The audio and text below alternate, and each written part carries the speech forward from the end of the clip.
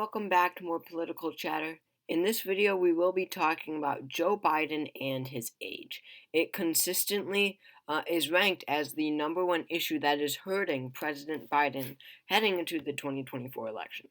Of course, Biden is 81. Donald Trump is 77, I believe. Yet, this age issue is really wrecking the Biden campaign at least so much worse than it is, weakening the Trump campaign. It really isn't all that much of a factor in the Trump campaign, at least at speeches and press conferences and everything. Trump does it is agreed that he does seem a lot more competent to voters than Biden does right now. And I mean, this wasn't even all that much of a huge issue in 2020. Remember, I mean, they both seemed, or they both sounded when it came to their age and, mental capacity, they both seemed relatively competent. However, it is widely agreed that we have seen a very sharp decline in the mental acuity of Joe Biden, and not all that much in Donald Trump. I mean, there are numerous clips that have gone viral of Joe Biden, and this is when young voters come into play. A key coalition or a key factor part of his 2020 coalition were young voters. Well, they are seeing, viral clips on TikTok, YouTube, Twitter, whatever, of Biden getting the names of the leaders of Mexico and Egypt mixed up. I mean, just stumbling over words at press conferences, saying, uh, like where he went to college, he, like, mistaked about or something. So, the point is, age is a huge issue for Biden and his mental acuity. It is really hurting him heading into 2024.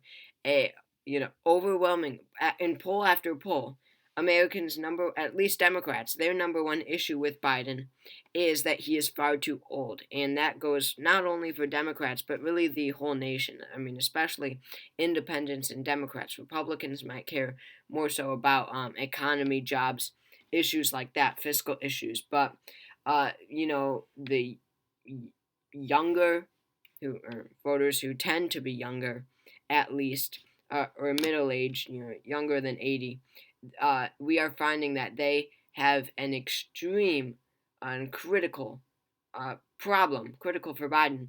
This problem that they think that Biden is too old to serve another term, because the Republicans talk about this too. I mean, there has been a very vast difference between Joe Biden in 2020 and Joe Biden now, and the Republicans are making sure that people realize that, and the decline between now and in 2029. Nikki Haley says that we are sure to get a female president very soon. She says that's going to be either Kamala Harris or herself, Nikki Haley. So there is a lot of speculation that Biden might not actually finish his term, and that we're going to get President Kamala Harris. And that is another thing that Trump hasn't really been campaigning on because he's old himself, but he might tap into that any time now. And as I was talking about, it is not looking good for Biden, and I don't think that it could get anywhere better soon. And I know obviously he's not losing to Trump 45 to 44 just because of his age, obviously, but um but it certainly plays a huge factor. I mean, if Biden was a president who could truly lead, it goes past only his age. It goes into his leadership style, how well he could lead the country, how well he could unite the country, and even with these fiscal issues that we have right now, inflation, the housing market. I mean, no one can even buy a house. Homelessness is rampant. Even with those issues going on, it is still possible to be popular. If you are a a president who leads, unites, inspires. But Biden's age really is preventing him from doing all of those things. And it's really hard to get a message out in a 2024 general election. If you really have a hard time speaking, if you, you know, if all what's going to be in the headlines is this mistake that you made in your press conference where you mistake two world leaders. It's risky to even do anything like that because, you try to display a message, run on, a message, try to give a good speech, but you know that it is going to end badly, and you know that in the end, after that press conference, it will only hurt you. So it's like, what can you do? If you're following what I'm saying here, I mean, when you have such a crippling issue like age, literally and figuratively, um, it's hard to come back from that. I mean, if the American voter has issues with your stance on the Israel Hamas war, if they have issues on what you've done with the economy, if you have issues with your involvement in the environment, you can bounce back. You can defend your positions. You can, come back from that. You can defend your record and, say what you'll do in your second term or whatever.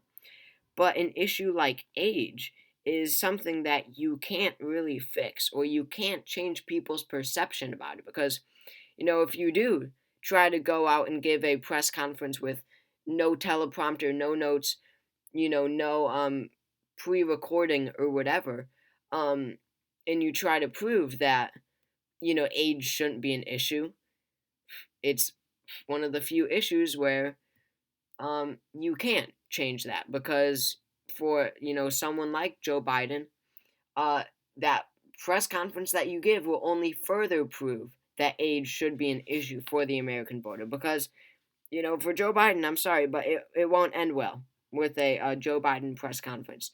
It just never does. So there's little Biden could do um, about his age issue.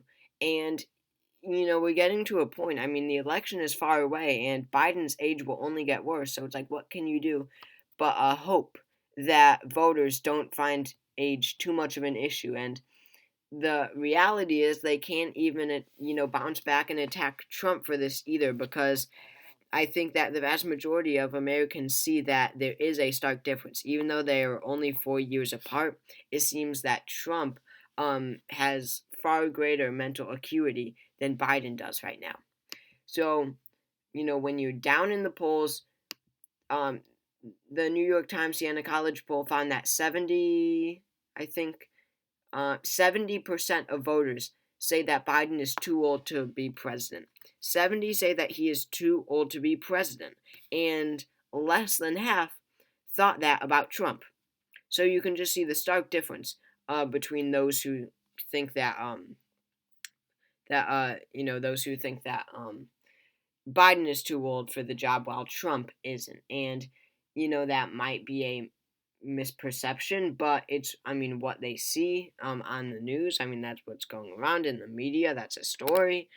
They see it on social media and whatever. I mean, a lot of Americans do feel disappointed that this is our president. And even though Biden can really attack Trump on his threat, on being a threat to democracy, how, January 6th, how he tried to overturn an election in 2020, and how he will do it again in 2024, and how he is trying to really undermine American democracy. He could talk about that all they want, but that will not that will not deter American voters from really being disappointed and really saddened that uh, that when they see Biden in clips, stumbling, whatever, not able to get out a good sentence, not, able to inspire, um, that is really